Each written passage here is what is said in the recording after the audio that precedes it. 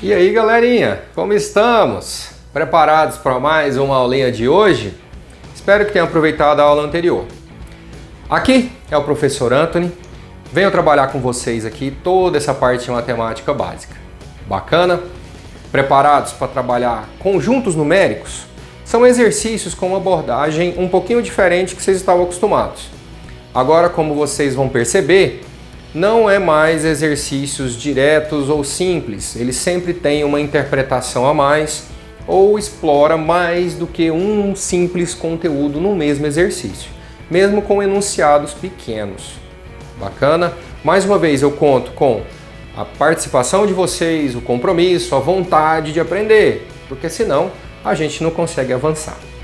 Sem mais conversa fiada, vamos para a aulinha desse vídeo? Então vamos nessa!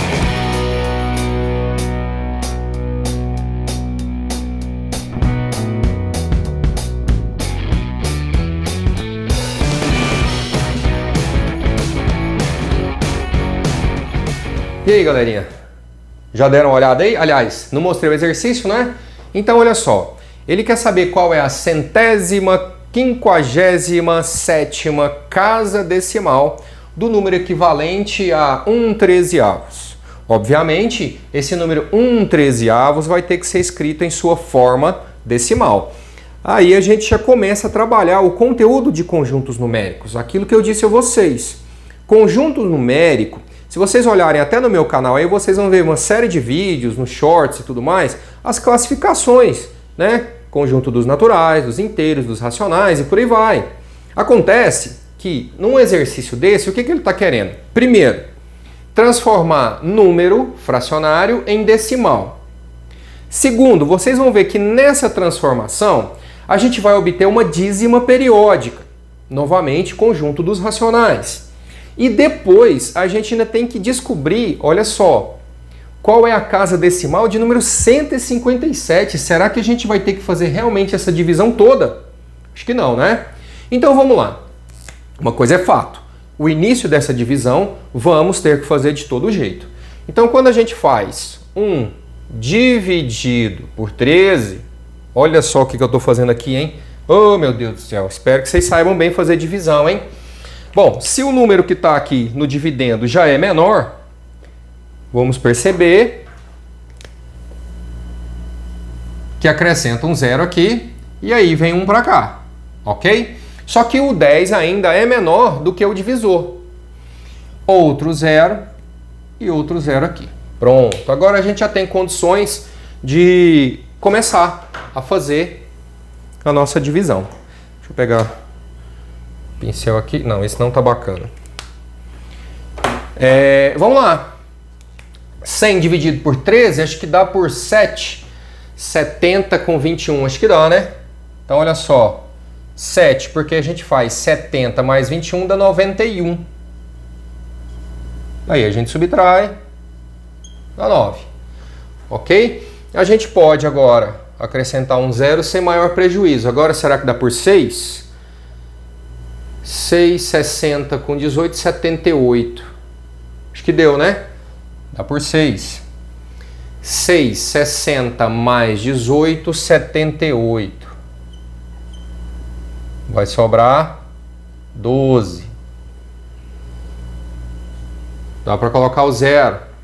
Agora aqui vai dar por 9. 90 com 27, acho que dá por 9. 90 com 27, 117. Professor, essa conta não acaba não? Quantas casas decimais a gente precisa? Nesse tipo de exercício, como ele quer uma casa decimal lá na frente, a gente vai ter que encontrar um padrão. Vai aparecer esse padrão. Então a gente vai ter que continuar até a hora que a gente identificar. Aqui vai sobrar 3. Dá para acrescentar um zero. Dá por 2. Aqui fica 26. Sobram 4. Dá por 3, né? 3. 39. E aí, sobra 1. Quando sobra 1, vocês vão perceber que era o 1 que tinha lá na frente. Mas deixa eu só avançar mais um pouco para vocês perceberem. Então, dá para colocar um 0. Esse 0 aqui não tem problema. Agora, ele ficou menor do que o divisor. Então, agora, eu tenho que colocar um 0 aqui, para aí sim, poder acrescentar outro. E aí, se a gente continuar, vamos perceber que agora dá por 7 e por aí vai. Certo? Continua aqui e continua aqui. Aqui, ó, se era 0, 7, o próximo vai ser 6, depois 9 e tudo mais. Então, vou aproveitar agora e vou escrever esse número maior. Olha o que vai acontecer agora. O resultado, né, o 1/13, ele tem essa forma decimal. 0,76923. 0,76923 e continua. Aqui eu vou aproveitar a aula para mostrar o seguinte, tem uma forma de representar diferente, não tem? Lembra daquele tracinho que a gente pode colocar em cima do período? 0,076923. Isso aqui tudo é que vai se repetir. Certo? E, finalmente, olha o que eu vou fazer. O meu período tem 6 algarismos. Percebam que de 6 em 6, esses blocos vão se repetindo. Certo? Então, ó, vai aparecer esse bloco aqui. Depois, esse bloco aqui. E aí vai continuar aparecendo mais blocos. Para descobrir quem é que vai estar na casa de número 157, eu vou fazer o seguinte. Eu vou pegar o número 157 e vou dividir por 6. Ora, não são 6 números em cada bloco? Com isso, eu consigo descobrir quantos blocos eu tenho. E aí vocês vão entender por quê. Então, realizando essa divisão, 6 aqui dá por 2, 12, sobram 3, desce o 7, por 6. Agora tomem cuidado com uma coisa. Dá 36, sobra 1. Nessa altura do campeonato, vocês já estão contaminados, não. Estão acostumados que você já coloca um 0 aqui e vírgula. Vocês já vão para a parte decimal. Mas não façam isso. Por quê?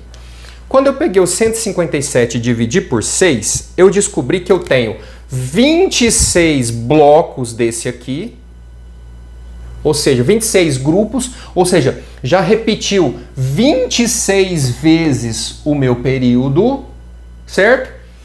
Só que tem mais um número para frente, ou seja, eu cheguei lá no meu bloco 26. E aí, quem que vai ser meu próximo número? Não começa aqui de novo com 0,76923. Então, terminou aqui, ó, o bloco de número 26, certo? Vem o próximo número. Aqui, ó, vai ser a casa de número 157. Certo? Se ele quisesse a posição 159, então seria, aqui ia sobrar 3. Posição 1, posição 2, posição 3. Então seria 6, o número decimal. Então viram o que aconteceu?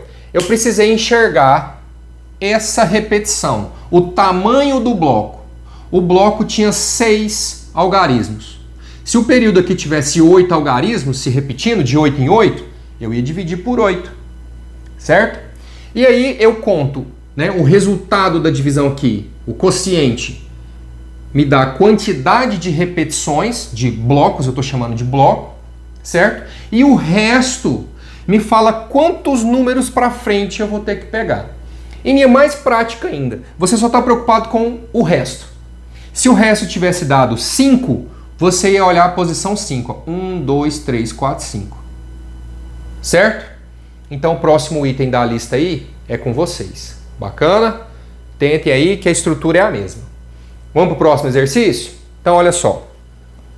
Nos próximos exercícios, a gente vai aprender a encontrar a fração geratriz. Vamos relembrar como é que a gente encontra a fração geratriz. O que é fração geratriz? Fração geratriz é a fração que deu origem àquela dízima periódica. Primeiro, existem algumas dízimas periódicas que são bem simples, certo? Quando elas começam com 0 e logo já vem o período. Percebam que período é o algarismo que se repete. Quem está repetindo aqui? O 8. Então a gente fala que o 8 é o meu período, ok? Quando a gente começa aqui com 0 e ela é uma dízima periódica simples, a gente pega o período e não tem apenas um algarismo no período, então coloca aqui embaixo apenas um 9. Professor, eu ainda não estou entendendo direito. Acompanha comigo. 0,353535. Quem é que está se repetindo agora? Dá para verificar, não dá? Não é o 35? Sempre tem um 35 se repetindo. Então a gente vai escrever o período. Agora, dentro do período não tem dois algarismos? Então eu coloco 2 noves. Pronto. Ok? Simples assim. Professor, se tivesse 3 noves aqui. Agora, existe uma pequena mudança quando a gente tem, né, a parte inteira diferente de 0. Então agora, quem é o meu período? Tá vendo que tudo gira em torno do período, tá? Tá aqui. O período é o 13. Só que agora, galera, tomem cuidado. A regrinha é o seguinte. Eu já falei isso em várias outras oportunidades no canal, hein? Dá uma passeada por aí. Baseado no período, eu vou pegar o número todinho com o período 213. Certo? Menos. Professor, por que menos? Galerinha, tem, né, uma equação que a gente faz e tudo mais. Tem como demonstrar, mas não é minha proposta aqui agora. Certo? Sempre vai ser menos dividido por alguma coisa. Menos o quê? Ora, agora eu vou pegar todo o número sem o período. Ou seja, sobrou só o 2. Pronto. 213 porque pegava aqui o período, menos 2 porque não pega o período. E lá embaixo, de novo, olha o tanto que depende do período. Quantos algarismos eu tenho no período? 2. Então, 2 noves. Finalmente, a fração geratriz dessa dízima periódica aqui é 211 sobre 99. Mais um exemplo, porque o restante é com vocês, hein? Vou colocar 7, vamos pegar com 3? Ou não, só com uma, não sei. Vou pensar aqui. 128. Pronto. Quem é o meu período? Exatamente, escutei daí vocês estudando, ó. Bacana, galera. O meu período é o 128, certo? Então tá aqui.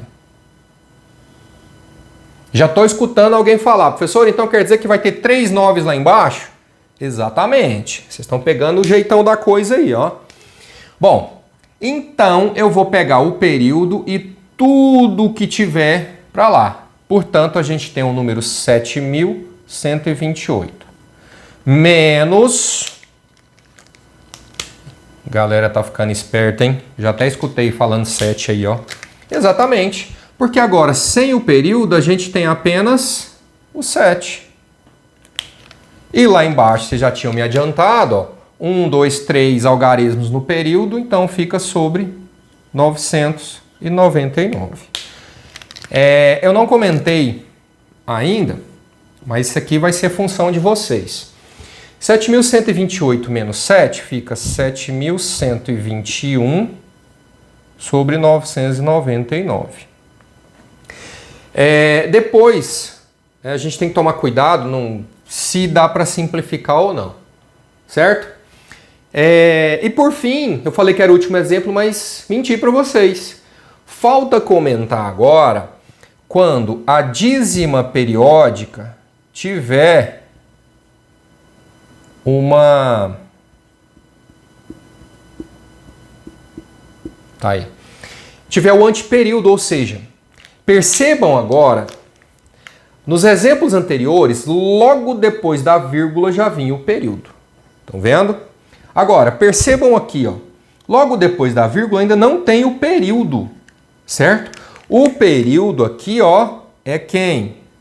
O 7. Esses números que aparecem entre a vírgula e o período são chamados de anteperíodo.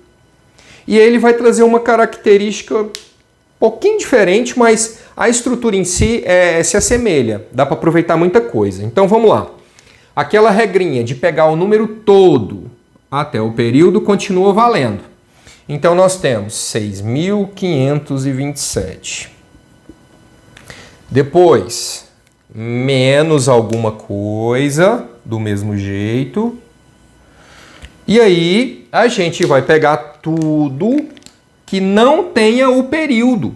Então a gente pega esse cara aqui todinho. Então vai ficar menos 652 sobre... Agora, o que vai aparecer de novo? A regra do 9 ela continua existindo. Aqui não tem apenas um 7, né? Um algarismo no período. Então apenas um 9. Mas apareceu uma novidade. Esse anteperíodo vai influenciar aqui embaixo. Como tem 2 algarismos no anteperíodo, eu vou acrescentar 2 zeros. Essa é a principal mudança, certo? Então agora vocês vão ter aí na lista várias mudanças, né? Várias frações geratrizes. Aqui vocês terminam para mim. E esse aqui provavelmente dê para simplificar, porque vai terminar em 5 aqui e aqui em 0. Vai dar para simplificar por 5. Mas vamos para mais uma? Daqui a pouco eu volto. Olha só, galerinha.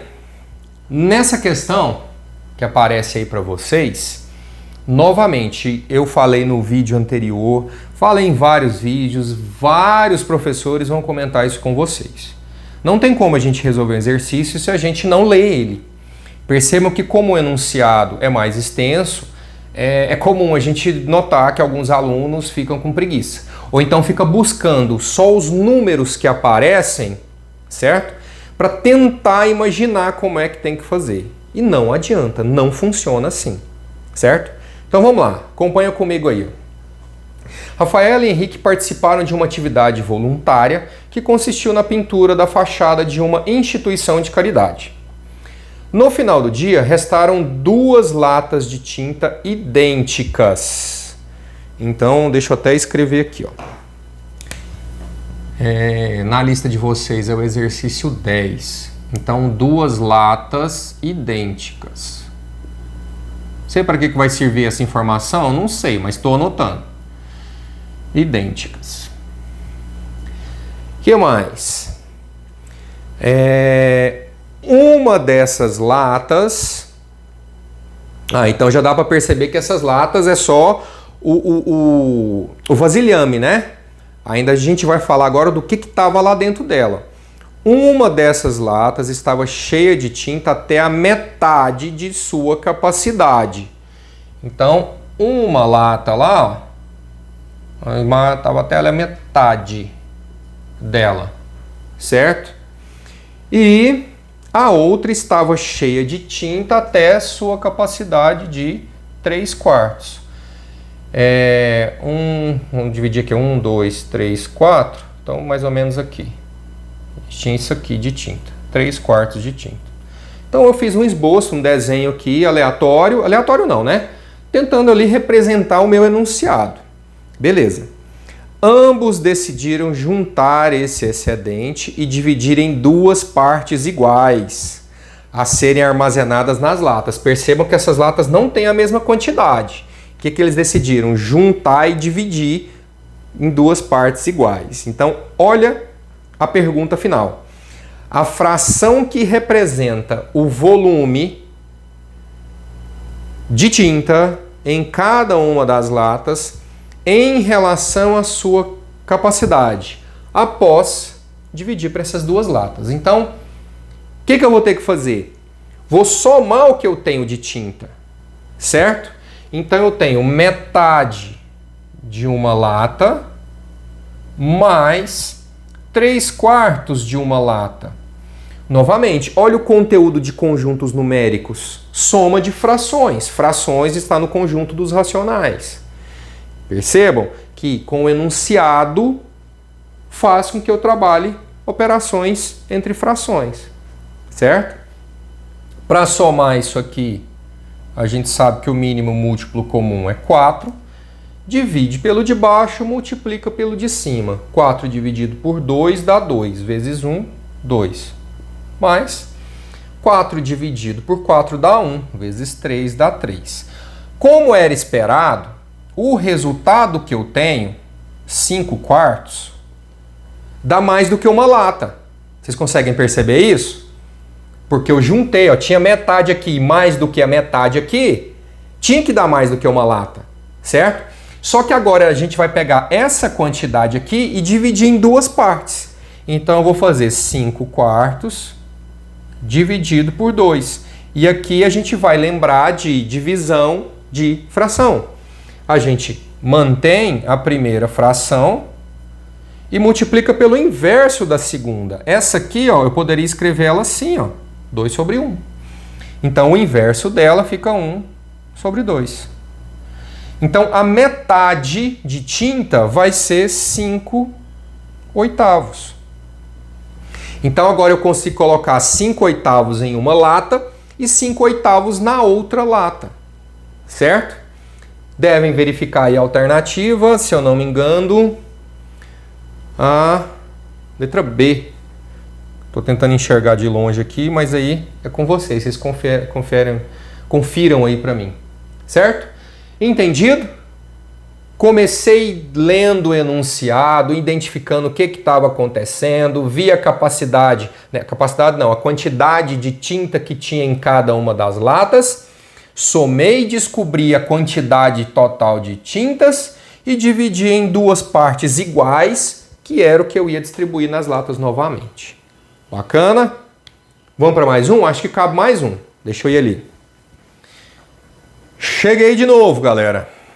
Percebam agora, nesse exercício que eu vou trabalhar com vocês, colocando ele aí, ó.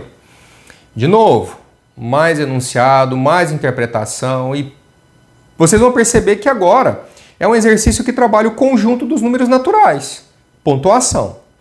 Mas o primeiro passo é extremamente importante. Vamos à leitura. Então, olha lá, ó. Em um torneio de xadrez, Ana, Bruno, Carla e Daniel se enfrentaram uma vez, ou seja, cada um deles participou de 3 jogos, ou seja, temos 4 pessoas, essa pessoa joga com essas 3, certo? E aí, uma vitória vale 3 pontos, um empate vale 1 ponto e uma derrota não vale ponto algum. Ao final do torneio, os jogadores acabaram com a seguinte pontuação. Então a gente tem aí, na tabela que vocês podem verificar, que eu estou colocando aí para vocês, a Ana tem 7 pontos. Como são só 3 partidas, ela só consegue esses 7 pontos se ela tiver 2 vitórias, ou seja, que ela faz 6 pontos, certo? Mais um empate. Aqui ela faz 1 ponto. Totaliza os 7 que ela tem, certo? 7 pontos. Depois, o Bruno, como ele tem que jogar 3 vezes também, para ele conseguir 5 pontos, percebam que a gente só consegue essa pontuação porque ele não consegue empatar 5 vezes. Ele não faz 5 partidas. Então, uma partida ele tem que vencer. Aqui ele faz 3 pontos. Certo? Falta mais 2 partidas, então ele empata ela. Então, 2 empates. Aqui ele faz mais 2 pontos, totalizando os 5 pontos dele. Percebam que não tem uma fórmula pronta. Eu estou olhando para a situação existente, os dados do meu exercício e estou tentando trabalhar, certo?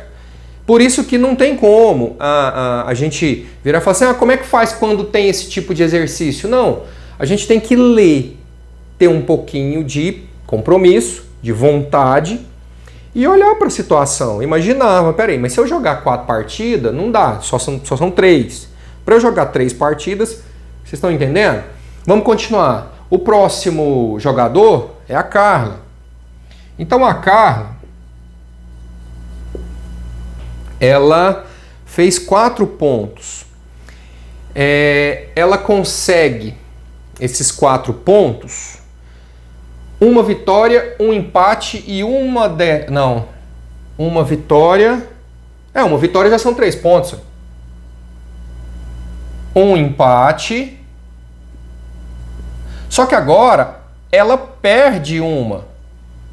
Ela tem que jogar as 3 partidas. Ó, jogou uma partida aqui, uma partida aqui, uma partida aqui. Vai totalizar os 4 pontos dela. Certo? E finalmente, o Daniel. Ixi, o Daniel não tá bem não, hein? O Daniel não fez ponto algum. Então, se ele não fez ponto algum, ele fez 3 derrotas, 0 pontos. Aqui é 0 pontos, 0 pontos aqui. Certo? Essa é a pontuação. Agora, vamos tomar cuidado com uma coisa aqui. O exercício pergunta quantos empates a gente teve, certo? Então, se a gente somar, 1 empate, mais 2, 3, mais 1, 4. 4 empates, certo? Vamos olhar para a pergunta. O número de empates no torneio, certo? Quando a Ana empatou, ela não empata sozinha. Alguém que jogou com ela também vai ter um empate. Quando, por exemplo, suponha que a Ana jogou com o Bruno e eles empataram. Então, estou contando o empate aqui para a Ana e também tem um empate aqui no Bruno. O que isso quer dizer? Que na hora que eu somo os empates de cada jogador, conseguem entender o que aconteceu? Eu estou contando o empate do torneio 2 vezes. É diferente contar os empates do jogador com os empates do torneio. O empate lá no torneio, tenho 2 jogadores. Jogador A, jogador B. Empatou, conta como um empate. Mas quando eu separo por jogador, o jogador A tem um empate, o jogador B tem outro empate. Se eu somar, dá 2 empates. Viram o que está acontecendo? Então, o que eu tenho que fazer com esse resultado? Dividir por 2, certo? Dividindo por 2, eu tenho os empates no torneio. Professor, por que o senhor dividiu por 2? Porque eu contei dobrado. Como eu disse aquele exemplo, o empate da Ana e o empate do Bruno, se eu conto por jogador, são 2 empates. Mas quando Ana jogou com o Bruno, o torneio contabiliza que houve um empate. Então eu tenho que dividir pela metade. Então, empates no torneio. Tá aqui. Se eu não me engano, a alternativa não lembro não, depois vocês conferem aí. Bacana? Mas viram? Temos que pensar um pouco. Agora tem essa dica, né, da gente ter que dividir isso aqui por 2. Deixa eu colocar aqui, dividido por 2. Certo? Porque a gente contou o número de empate, né, para o torneio 2 vezes. Certo? Será que cabe mais um? Deixa eu conferir aqui na minha listinha que eu preparei. Aguenta aí. Então, galera, por essa aula agora é só isso. Quero só deixar uma mensagem, pessoal. Aqui eu fiz alguns itens, a gente tenta trazer vários conceitos ali para ajudá-los nos outros. Mas não quer dizer que todos os outros são iguais. A gente tem que pensar um pouco mais, a gente tem que ter vontade de querer resolver esses exercícios, certo? Então façam com compromisso, se precisar revisem as aulas. E para os meus alunos especificamente, levem as dúvidas para a sala de aula para que a gente possa trabalhar isso aí. Bacana? Mais uma vez, espero ter ajudado. leiam com calma cada exercício. E mais, no meu canal vocês vão encontrar vários temas, várias situações que às vezes é a que vocês precisam, certo? Então dá uma passeada bacana ali, né? Vamos dar aquela força ali, vai que vocês dão uma alavancada nesse canal meu e eu vou para um rumo que eu nunca pensei, né? Mas vai que dá certo.